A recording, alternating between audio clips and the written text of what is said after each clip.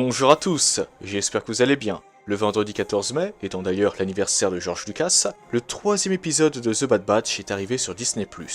Je vous propose donc de découvrir mon avis sur ce nouvel épisode aujourd'hui. Avant de commencer, sachez que la vidéo comprend une courte partie sans spoiler et une partie avec spoiler.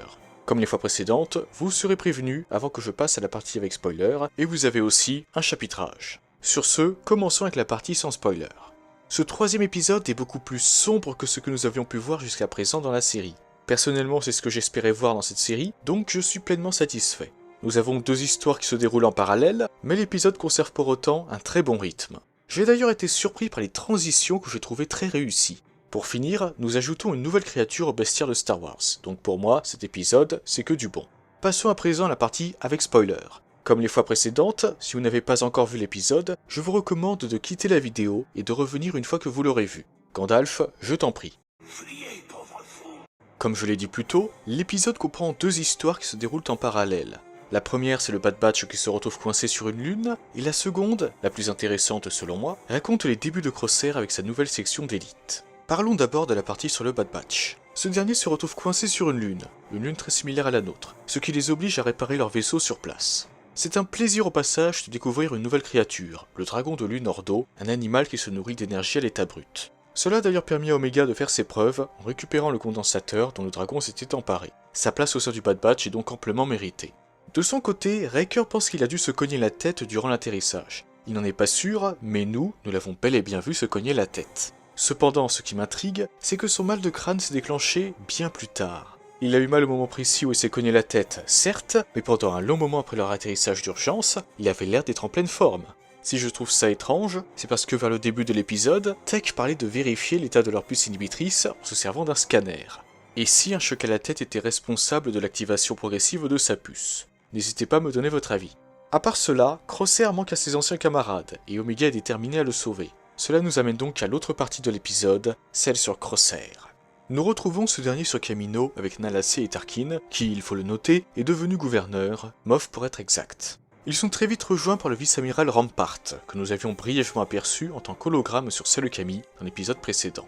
Nous apprenons alors l'existence d'un projet Griffe du Guerrier. D'ailleurs, en parlant de ce projet, sachez que ce n'est pas la première fois que nous en entendons parler. En effet, dans Rogue One, tandis que Jyn Erso est à la recherche des plans de la première étoile de la mort sur Scarif, elle découvre l'existence d'un projet connu sous le nom de Griffe du Guerrier. Voilà donc une belle connexion avec Rogue One.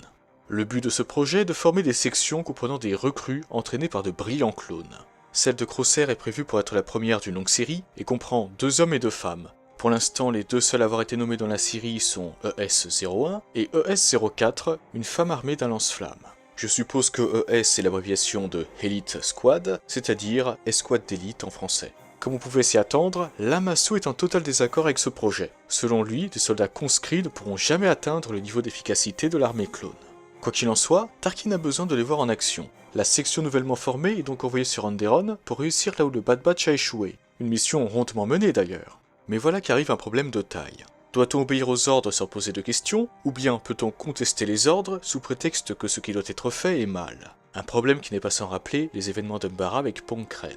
Sous l'Empire, la réponse est claire. Tu obéis aux ordres sans poser de questions, peu importe que tu les considères injustes ou non. Et si tu n'obéis pas, tu en paieras le prix de ta vie. Voilà donc ce qui est arrivé à ES-01. Tu la forte tête, les autres te suivront. Crosshair l'a bien compris, et c'est ce qui lui a permis d'obliger sa nouvelle section à se conformer aux ordres. S'ils ont obéi à Crosshair, ce n'est pas parce qu'ils comptaient le faire de toute façon, malgré ce qu'affirmait ES-01. Non. Ils se sont exécutés parce qu'ils savaient très bien que s'ils n'obéissaient pas, ils seraient eux aussi éliminés par leur commandant.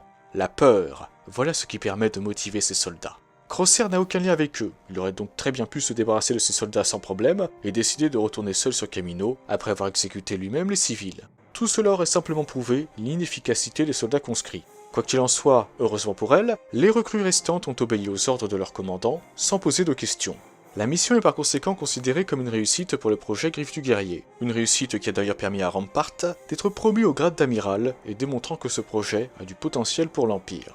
Vous vous en doutez, je ne suis pas d'accord avec la logique de Tarkin et Rampart.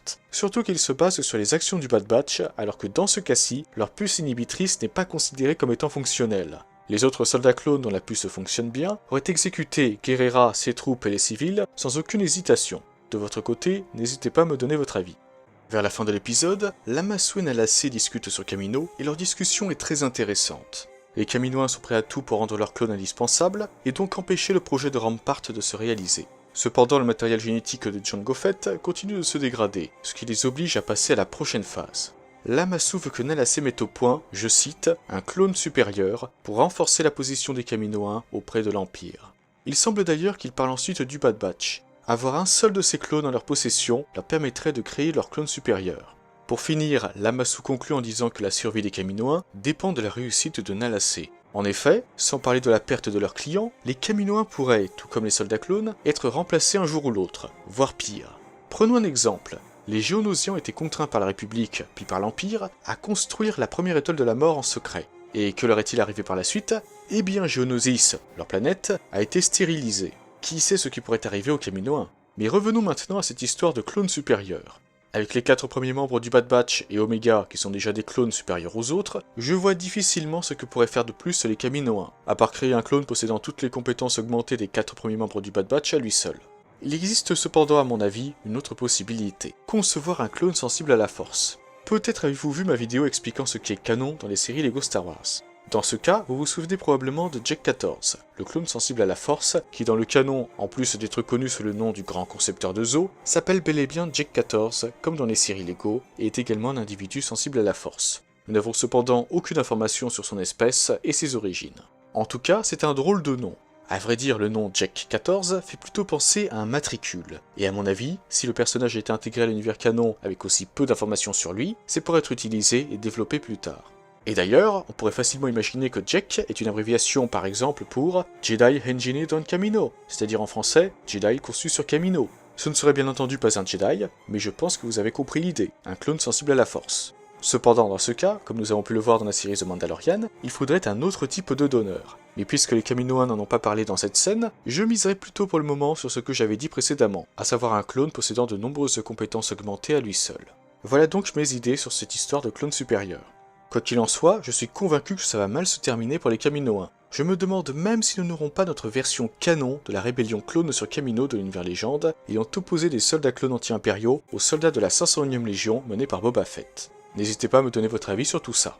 Ainsi se termine ma vidéo avis sur ce 3e épisode de The Bad Batch. Un épisode plus sombre, très riche en informations, et qui nous annonce de bonnes choses pour la suite. J'espère donc de tout cœur qu'il vous a plu. N'hésitez pas d'ailleurs à partager votre avis sur cet épisode en commentaire. Quoi qu'il en soit, rendez-vous vendredi prochain pour la suite. D'ailleurs, n'hésitez pas également à partager vos attentes, vos théories et vos prédictions. C'est avec plaisir que je lirai tout ça et que j'en discuterai avec vous. Sur ce, je vous souhaite une excellente journée ou une excellente soirée, que la force soit toujours avec vous, et moi je vous dis bye. Merci à toi d'avoir visionné cette vidéo. Si elle t'a plu, n'hésite pas à la liker et à la partager. Cela permet de soutenir la chaîne. En outre, si ce n'est pas encore fait, tu peux t'abonner et activer la cloche des notifications pour être au courant de la sortie de toutes mes futures vidéos. Sur ce, que la force soit avec toi, à jamais.